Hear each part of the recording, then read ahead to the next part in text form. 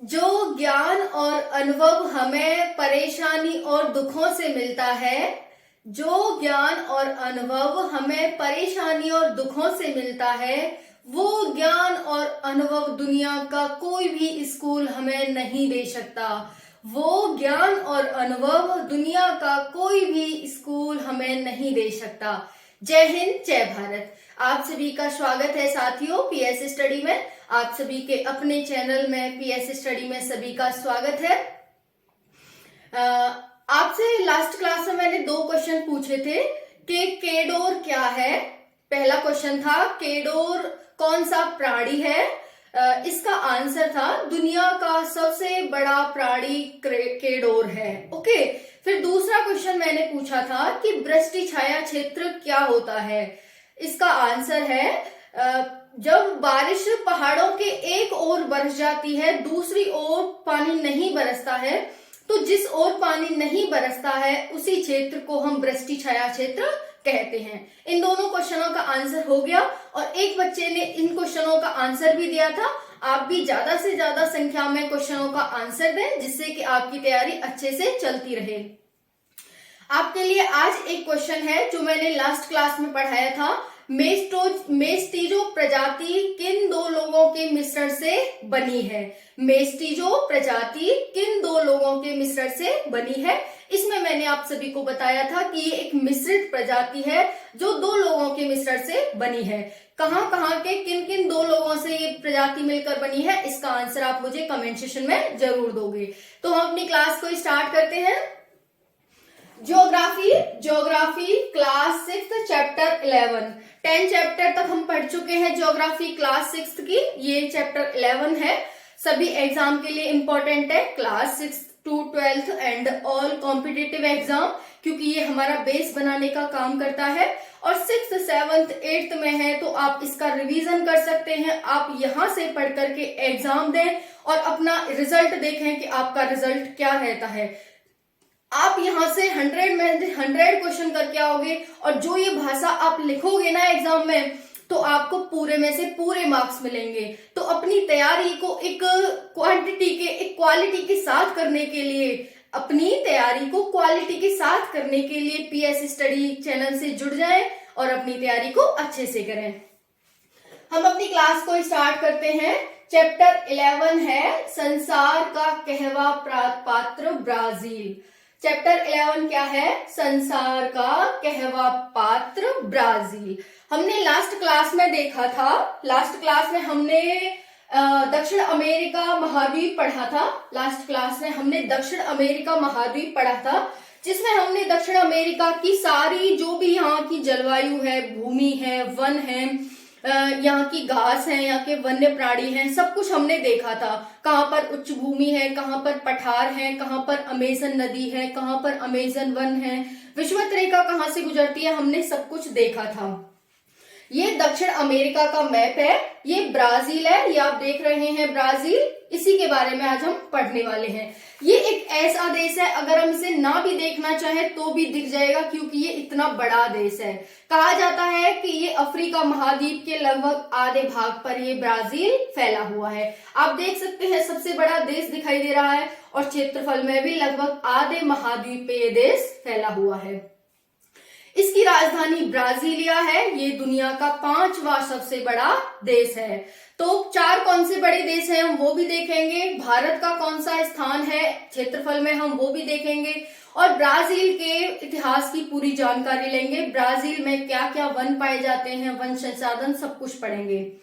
तो हम वीडियो में क्या पढ़ने वाले हैं, पहले हम देखेंगे इसका परिचय, ब्राजील का परिचय, फिर यहाँ की भूमि देखेंगे, जलवायु देखेंगे, साधन और उनका उपयोग देखेंगे।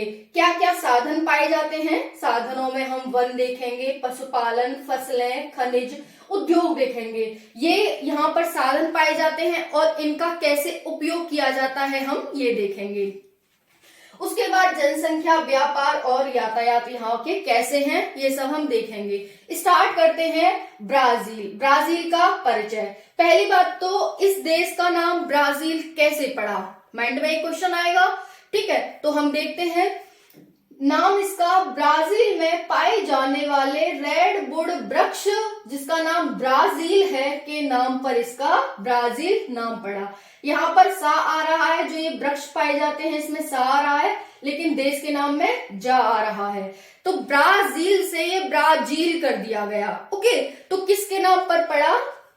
ब्राजील में पाए जाने वाले रेडवुड वृक्ष जिसका नाम ब्राजील था, इसके नाम पर इस देश का नाम पड़ा। जैसे आपने देखा होगा, कोई छोटा बच्चा होता है, पंडित जी उसका नाम कुछ और रखते हैं, हम उसकी गतिविधियां, हम उसकी एक्टिविटी के नाम पर किसी का नाम कुछ रख दिया। कोई ज्यादा चंचल है, एक्टिव है, तो हमने उसका नाम चंचल रख दिया। किसी का नाम आप कालू रख देते हैं, वो काला होता है तो कालू रख देते हैं। किसी का नाम पिट्टू, चिट्टू जो भी होते हैं, ये सब आप रख देते हैं, अच्छे अच्छे नाम जो आपको लगते हैं। तो वैसे ही यहाँ पर ये, क्योंकि ये वृक्ष जो रेडवुड वृक्ष है जिनका नाम ब्राजील था, ये बड़ी मात्रा में यहाँ पर पाए जाते थे, तो इसी के आधार पर इस देश का नामकरण कर दिया गया। सिर्फ सा से जा कर दिया गया और ब्राजील से ब्राजील कर दिया गया। 500 वर्ष पहले इस वृक्ष का महत्वपूर्ण उत्पादन था यहाँ पर, किसका? ब्राजील का, जो कि रेडवुड का वृक्ष है। इसका यहाँ पर पहले 500 वर्ष पूर्व बहुत महत्वपूर्ण उत्पादन था, इसी के नाम पर यहाँ कर दिया गया। अब हम देखते हैं, ब्राजील की राजधानी ब्राजीलिया है। ब्राजील की राजधानी ब्राजीलिया है। राजधानी याद रखना बहुत ही आसान है, सिर्फ आपको राजधानी में लिया लगाना है, ब्राजीलिया, ब्राजीलिया। ओके, तो आसान है बहुत ज्यादा। ब्राजील का ब्राजीलिया। परिचय में देखते हैं, दक्षिण अमेरिका के उत्तर पूर्वी भाग में ये स्थित है। क्या स्थित है? ब्राजील। ब्राजील दक्षिण अमेरिका के उत्तर पूर्व भाग में स्थित है। मैंने आपको दिशाओं का ज्ञान कराया है। ये यहाँ पर हमें एक परपेंडिकुलर रेखा खींचनी है, एक हमें हॉरिजॉन्टल रेखा खींचनी है। हॉरिजॉन्टल रेखा के राइट हैंड साइड की तरफ हमें पूरब लिखना है, लेफ्ट हैंड साइड की तरफ हमें पश्चिम लिखना है, सर की तरफ हमें उत्तर लिखना है और पैरों की तरफ हमें दक्षिण लिखना है। ये हमारा दिशाओं का ज्ञान है। जब भी आप रीजनिंग में क्वेश्चन करते हैं डिस्टेंस के, ठीक है, वहां पर आपके लिए काम आएगा। मैथ में आप करते हैं, ज्योग्राफी में, हिस्ट्री में पूछा जाता है कि धौलावीरा किस दिशा में स्थित है। ओके, मेसोपोटामिया की सभ्यता किस दिशा में स्थित थी। तो सभी जगह आप इन दिशाओं को लगा करके इनका पता कर सकते हैं। तो देखें, जब भी आप दिशाओं का ज्ञान करना हो तो कैसे करेंगे? एक हमें परपेंडिकुलर रेखा खींचनी है, एक हमें हॉरिजॉन्टल रेखा खींचनी है। राइट हैंड में हमें पूरब लिखना है, लेफ्ट हैंड में हमें पश्चिम लिखना है, सर की साइड हमें उत्तर लिखना है और पैरों की साइड हमें दक्षिण लिखना है। ऐसे आपको दिशाओं का ज्ञान करना है। चाहे आप ऐसे खड़े हो, चाहे आप ऐसे खड़े हो, चाहे आप ऐसे खड़े हो, किसी भी दिशा में, चाहे आप ऐसे खड़े हो, किसी भी दिशा में खड़े हो, हमेशा ही हमारे राइट हैंड की साइड पूरब होगा, लेफ्ट हैंड की साइड पश्चिम होगा, सर की साइड उत्तर होगा और पैरों की साइड दक्षिण होगा। यही हमारे दिशाओं का ज्ञान होगा। तो यहाँ पर इस तरह से आप देख सकते हैं। तो दक्षिण अमेरिका के उत्तर पूर्वी भाग में ब्राजील फैला हुआ है। महाद्वीप के लगभग आधे भाग पर यह फैला हुआ है। महाद्वीप के आधे भाग पर देखा हमने, महाद्वीप के लगभग आधे भाग पर यह ब्राजील फैला हुआ है। क्षेत्रफल में इसका स्थान 5वां है। क्षेत्रफल में कौन सा है? 5वां स्थान आता है। तो पहले पर कौन है, दूसरे पर कौन है, तीसरे पर, चौथे पर? देखते हैं। पहले पर है रूस। पहले स्थान पर रूस है, जिसका क्षेत्रफल है 1,70,75,400 वर्ग किलोमीटर। 1,70,75,400 वर्ग किलोमीटर। जब भी आप इस तरह की संख्या को काउंट करें, कैसे करेंगे? इकाई, दहाई, सैकड़ा, हजार, 10,000, लाख, 10 लाख, करोड़। तो ये 1 करोड़ आ गया, 10 करोड़ तो नहीं आया, तो इसीलिए हम इसे एक डिजिट काउंट करेंगे। 1,70,75,400 वर्ग किलोमीटर। फिर दूसरे नंबर पर है कनाडा। कनाडा उत्तरी अमेरिका का सबसे बड़ा देश है और दुनिया का दूसरा सबसे बड़ा देश है। उत्तरी अमेरिका में आपने देखा है, पहले कनाडा आता है, फिर यूएसए आता है, फिर तीसरे नंबर पर मैक्सिको आता है। तो ये दूसरे नंबर पर कनाडा है। इसका क्षेत्रफल कितना है? इकाई, दहाई, सैकड़ा, हजार, 10,000, लाख। इकाई, दहाई, सैकड़ा, हजार, 10,000, लाख, 10 लाख। तो इसका आ गया 10 लाख में, यानी कि 99,84,670 वर्ग किलोमीटर का इसका क्षेत्रफल है। 99,84,670 वर्ग किलोमीटर का कनाडा का क्षेत्रफल है। फिर आता है तीसरा नंबर पर यूएसए। यूएसए का क्षेत्रफल कितना है? वैसे ही इकाई, दहाई, सैकड़ा, हजार, 10,000, लाख, 10 लाख। इसका 98,26,675 वर्ग किलोमीटर का यूएसए का क्षेत्रफल है। फिर आता है चीन, चौथे नंबर पर चौथे नंबर का सबसे बड़ा देश। इकाई, दहाई, सैकड़ा, हजार, 10,000, लाख, 10 लाख, यानी कि 95,98,094 किलोमीटर का इसका क्षेत्रफल है। किसका? चीन का। फिर आता है ब्राजील। ब्राजील पांचवा सबसे बड़ा देश है। ब्राजील का कितना है? वही इकाई, दहाई, सैकड़ा, हजार, 10,000, लाख, 10 लाख, 85,14,877 वर्ग किलोमीटर का इसका क्षेत्रफल है। फिर अब हम भारत का कौन सा स्थान है ये भी देख लेते हैं। तो छठे पर ऑस्ट्रेलिया आता है। ऑस्ट्रेलिया जो कि अपने आप में एक द्वीपीय देश है, महाद्वीप भी है और एक देश भी है। यहाँ पर ऑस्ट्रेलिया का है 7 इकाई, दहाई, सैकड़ा, हजार, 10,000, लाख, 10 लाख, 76,17,930 वर्ग किलोमीटर। 76,17,930 वर्ग किलोमीटर का ऑस्ट्रेलिया का क्षेत्रफल है। 7वें नंबर पर भारत आता है। भारत का क्षेत्रफल कितना है? 32,87,263 वर्ग किलोमीटर का भारत का क्षेत्रफल है। 32,87,263 वर्ग किलोमीटर का भारत का क्षेत्रफल है। तो हमें यहाँ पर ब्राजील और भारत का क्षेत्रफल याद रखना है। कितना क्षेत्रफल है?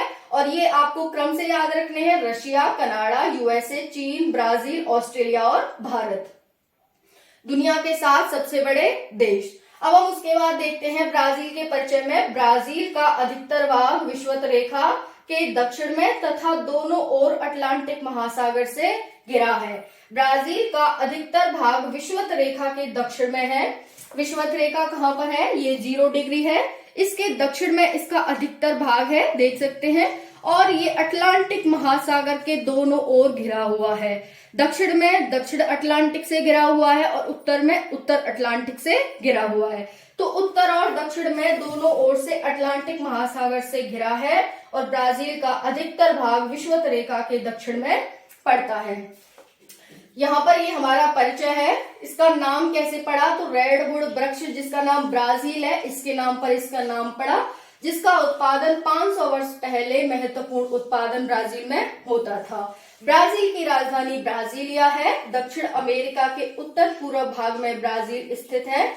महाद्वीप के लगभग आधे भाग पर फैला हुआ है। क्षेत्रफल में ब्राजील का दुनिया का 5वां स्थान है। पहले पर रशिया, दूसरे पर कनाडा, तीसरे पर यूएसए, चौथे पर चीन, 5वें पर ब्राजील, छठे पर ऑस्ट्रेलिया और 7वें पर भारत। भारत का क्षेत्रफल 32,87,263 वर्ग किलोमीटर में फैला है। ब्राजील का अधिकतर भाग विषुवत रेखा के दक्षिण में तथा दोनों ओर अटलांटिक महासागर से घिरा है। ये इसका परिचय हो गया। अब इसकी जलवायु और जलवायु देखते हैं। भूमि और जलवायु कैसी है यहाँ की। तो यहाँ पर ये जलवायु है। पहले हम भूमि देखेंगे। उत्तरी भाग विस्तृत मैदान है। किसका? ब्राजील का। ब्राजील का उत्तरी भाग विस्तृत मैदान है, क्योंकि यहाँ से अमेजन नदी जाती है। अमेजन नदी अपने साथ बड़ी मात्रा में जलोढ़ मिट्टी और काप मिट्टी लेकर के आती है, जिससे कि यहाँ विस्तृत मैदान का निर्माण हुआ है। तो यहाँ पर विस्तृत मैदान है। अमेजन व उसकी सहायक नदियों के द्वारा इसका निर्माण हुआ है। पूरा पश्चिम भाग उच्च भूमि है। जो इसकी पूरब और पश्चिम की भूमि है, यहाँ पर देख सकते हैं, ये पूरब हो गया, ये पश्चिम हो गया, ये पूरब और ये पश्चिम। इसकी जो भूमि है वो उच्च भूमि है, यानी कि उठी हुई है। यहाँ पर पठार हैं और यहाँ से नदियां निकलती हैं, तो यहाँ पर थोड़े बहुत पर्वत हैं और यहाँ पर वो अपनी मिट्टी को जमा करती हैं। तो यहाँ पर मिट्टी के ढेर बने हुए हैं, जिससे यहाँ पर उच्च भूमि और यहाँ पर उच्च भूमि पाई जाती है। फिर दक्षिणी भाग विस्तृत पठार है। दक्षिण में हमने देखा था पैटागोनिया का पठार और अटाकामा मरुस्थल यहीं पर स्थित है। ओके, पैटागोनिया का मरुस्थल और अटाकामा मरुस्थल यहीं पर स्थित है, जिससे कि क्या बनता है? पठार का निर्माण होता है। तो यहाँ पर देख सकते हैं, हमने इसकी भूमि देख ली।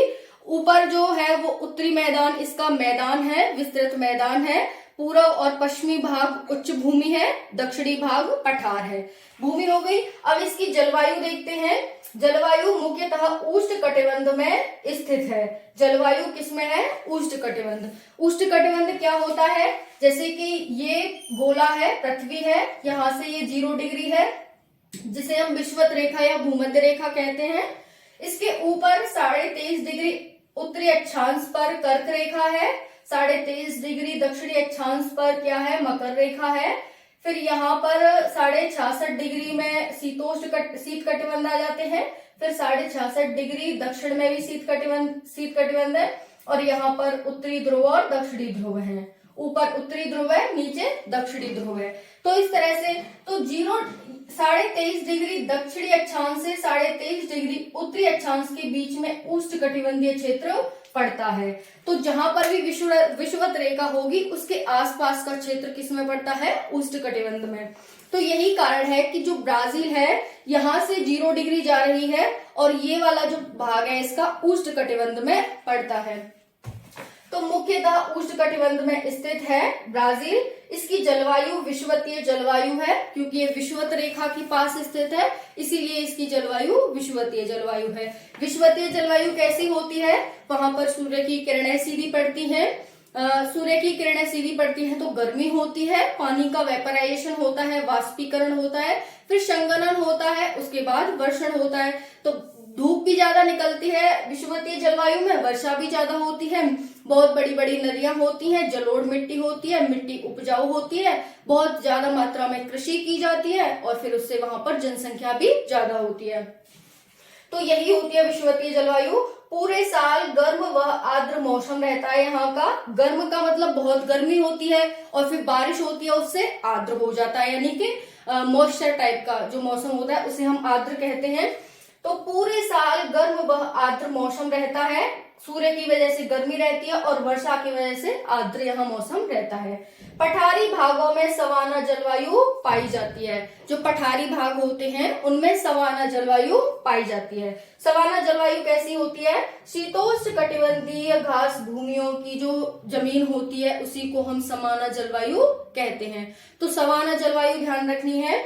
शीतोष्ण कटिबंधीय घास भूमियों की जलवायु को ही हम सवाना जलवायु कहते हैं। शीतोष्ण कटिबंधीय का मतलब, अब इसने बोला था यहाँ पर जब हम भूमि पढ़ा था कि दक्षिणी भाग विस्तृत पठार है और पठारी भागों में सवाना जलवायु, यानी कि दक्षिण में इसके पठार हैं और वहां पर सवाना जलवायु पाई जाती है। सवाना जलवायु कैसी होती है? शीतोष्ण घास भूमियां होती हैं। शीतोष्ण का मतलब ठंडी।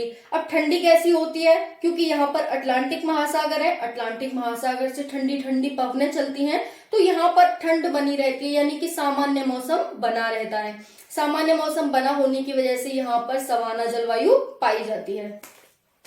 फिर है वर्षा ग्रीष्म ऋतु में होती है, क्योंकि ज्यादा सूर्य की किरणें पड़ेंगी तो गर्मी ज्यादा होगी जिससे वेपराइजेशन होगा, वाष्पीकरण होगा और फिर वहां पर वर्षा होगी।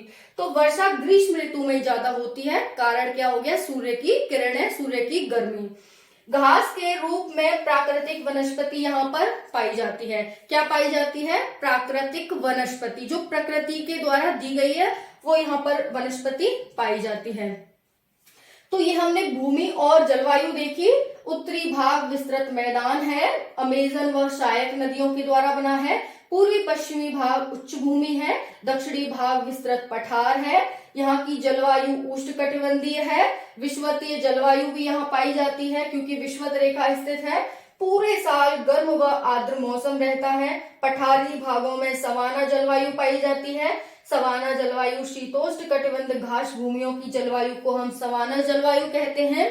वर्षा ग्रीष्म ऋतु में होती है और घास के रूप में प्राकृतिक वनस्पति यहाँ पाई जाती है। ये हो गया क्लियर, भूमि और जलवायु। अब हम देखते हैं इसके साधन और उनका उपयोग। कौन कौन से यहाँ पर साधन पाए जाते हैं और उनका उपयोग ये लोग किस तरह से करते हैं। तो साधन में हम क्या देखेंगे? वन देखेंगे, पशुपालन देखेंगे, फसलें देखेंगे। साधन में ये तीनों चीज देखेंगे जो हमने यहाँ पर देखी थी। खनिज देखेंगे और उद्योग देखेंगे, वो इधर देखेंगे। तो साधन में पहले हम देखते हैं वन। संसार के उत्तम वन यहीं पाए जाते हैं, कहां पर? ब्राजील में। संसार के सबसे उत्तम वन, उत्तम वन क्या मतलब होता है कि जितने भी यूजफुल जो वन होते हैं वो ब्राजील में पाए जाते हैं। यहां से लाभदायक उत्पाद प्राप्त होता है, यानी कि लाभदायक प्रोडक्ट हमें मिलते हैं। जैसे इमारती लकड़ी हो गई, वो कहाँ पाई जाती है सबसे ज्यादा? ब्राजील में, जिसको हम घर में फर्नीचर के लिए उपयोग करते हैं। अन्य भी जो कार्य होते हैं, जैसे कोई दुकान हो गई, उसमें हमें फर्नीचर लगाना है, तो सबके लिए हम इमारती लकड़ी यूज करते हैं, क्योंकि ये काफी पावरफुल, काफी ठोस, काफी कठोर होती है। फिर हो गया गोंद, मोम, तेल, सेलुलोज, रेशे, नट यहाँ से प्राप्त होते हैं। और यहीं से वालसा नामक हल्की लकड़ी भी प्राप्त होती है। वालसा एक हल्की लकड़ी होती है, उसे हम नौका बनाने में और जो भी हल्के हल्के कार्य जो करने होते हैं उनमें हमें यूज करते हैं। जैसे कि नौका बनाने में, पानी पर जब चलेगी नौका तो हल्का सामान चाहिए हमें, तो हल्की लकड़ी उसे वालसा लकड़ी होती है, जिसे हम उसमें यूज करते हैं। तो वालसा लकड़ी भी यहीं से प्राप्त होती है। चीड़ की लकड़ी भी यहीं से प्राप्त होती है, उसे भी हम घर के जब फर्नीचर का काम होता है उसमें यूज करते हैं, चीड़ की लकड़ी का। फिर सिनकोना की छाल, जिससे हम कुनैन प्राप्त करते हैं, और कुनैन मलेरिया की दवाई में यूज किया जाता है। तो सिनकोना की छाल भी यहीं से प्राप्त की जाती है। सिनकोना की छाल से कुनैन प्राप्त किया जाता है, और कुनैन मलेरिया की दवाई का एक अचूक इलाज है। जब भी मलेरिया में जो बुखार आता है उसके लिए कुनैन की दवाई दी जाती है। फिर है कार्बोना ताड़ वृक्ष। कार्बोना ताड़ वृक्ष के जो पत्ते होते हैं उससे मोम प्राप्त किया जाता है। तो मोम के सबसे बड़े भंडार कहाँ पाए जाएंगे? ब्राजील में। मोम किससे प्राप्त किया जाता है? कार्नोवा ताड़ वृक्ष से मोम प्राप्त किया जाता है। रबड़ का मुख्य उत्पादक भी ब्राजील ही है। रबड़ का सबसे ज्यादा उत्पादन कहाँ होता है? ब्राजील में। अमेजन के वनों में इसका सबसे ज्यादा उत्पादन होता है। तो ये थे हमारे वन। संसार के सबसे उत्तम वन यहीं पाए जाते हैं, जिससे हमें लाभदायक उत्पाद प्राप्त होते हैं, जैसे इमारती लकड़ी, गोंद, मोम, तेल, सेलुलोज, रेशे, नट। और वालसा नामक लकड़ी भी यहीं से प्राप्त होती है, जो कि नौका बनाने में यूज की जाती है। चीड़ की लकड़ी जो मकान बनाने में यूज की जाती है, वो भी यहीं से प्राप्त होती है। सिनकोना छाल, जो कि कुनैन नामक दवाई प्राप्त की जाती है, मलेरिया में यूज की जाती है, वो भी यहीं से प्राप्त होती है। कार्बोना ताड़ वृक्ष भी यहीं से प्राप्त होता है, जिससे मोम मिलता है, मोम बनाया जाता है। फिर रबड़ का मुख्य उत्पादन भी ब्राजील में ही किया जाता है। उसके बाद हम यहाँ पर पशुपालन देखेंगे। पशुपालन भी यहाँ पर बड़ी मात्रा में किया जाता है, इसमें दक्षिण अमेरिका में। तो हम यहाँ के पशुपालन देखते हैं।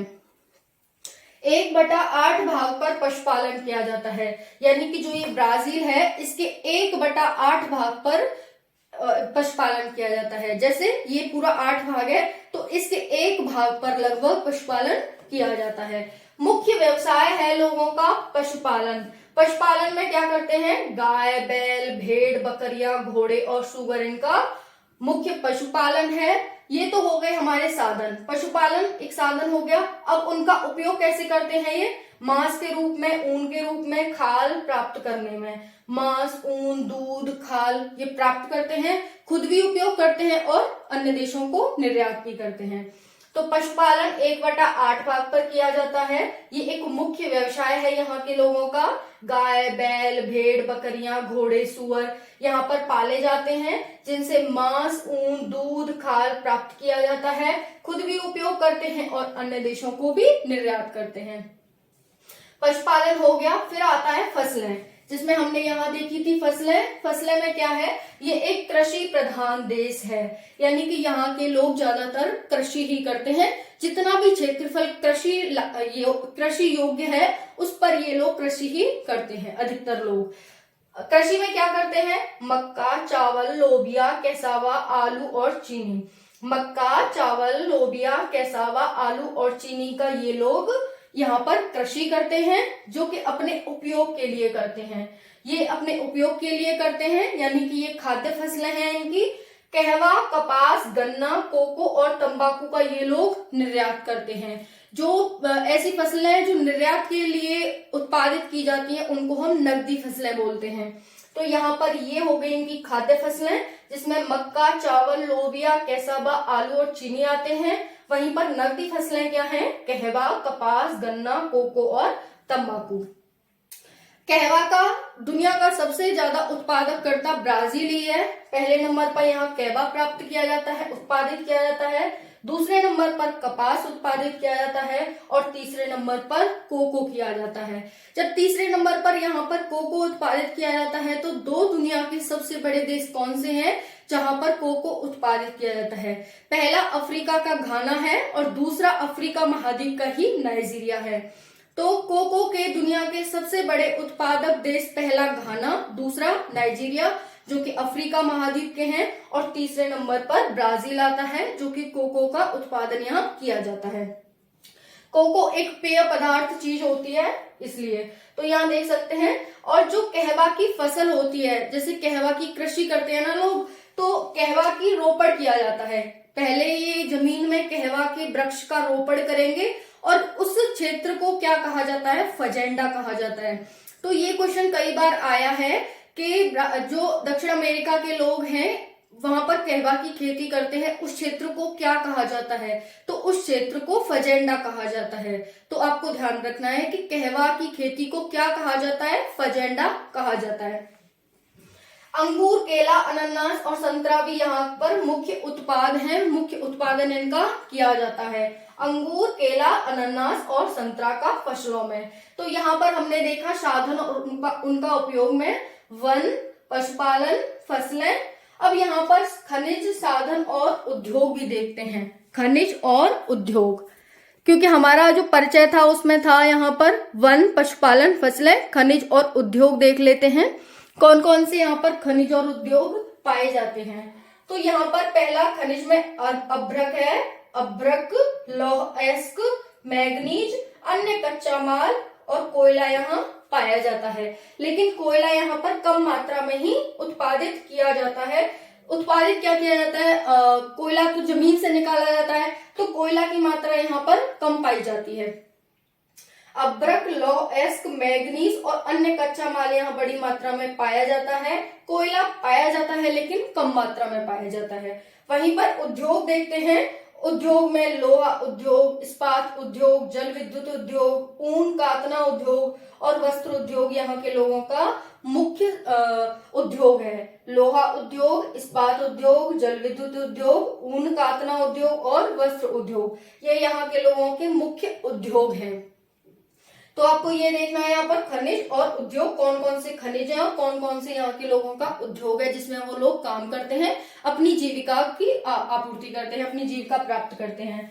फिर है जनसंख्या, क्योंकि हमें जनसंख्या देखना है। नेक्स्ट पॉइंट, जनसंख्या यहाँ पर अधिकतर तटीय प्रदेशों में रहती है, क्योंकि आप देख सकते हैं यहाँ पर अमेजन नदी है, बहुत सारी अमेजन नदी की सहायक नदियां हैं, द्रोड़ियां हैं, तो कोई भी नदियों में तो रहेगा नहीं, बहुत बड़ा क्षेत्र ये कवर करते हैं। उसके बाद यहाँ पर अमेजन के वन पाए जाते हैं, तो वनों में कोई नहीं रहेगा, क्योंकि वन भी बहुत घने हैं, क्योंकि बारिश बहुत ज्यादा होती है और अमेजन नदी भी है, तो वन भी बहुत घने हैं। यही कारण है कि जो यहाँ की जनसंख्या है वो तटीय प्रदेशों में रहती है। और दूसरी बात, यहाँ पर ये विषुवत रेखा गुजर रही है, तो गर्मी भी बहुत होती है, गर्मी में भी ज्यादा लोग नहीं रह सकते, तो लोग यहाँ से तटीय क्षेत्रों में चले जाते हैं जहाँ का मौसम नॉर्मल रहता है, क्योंकि यहाँ से अटलांटिक सी से ठंडी ठंडी पवनें चलती हैं जो कि यहाँ के मौसम को, तटीय क्षेत्र के मौसम को एकदम नॉर्मल, सामान्य करके रखती हैं।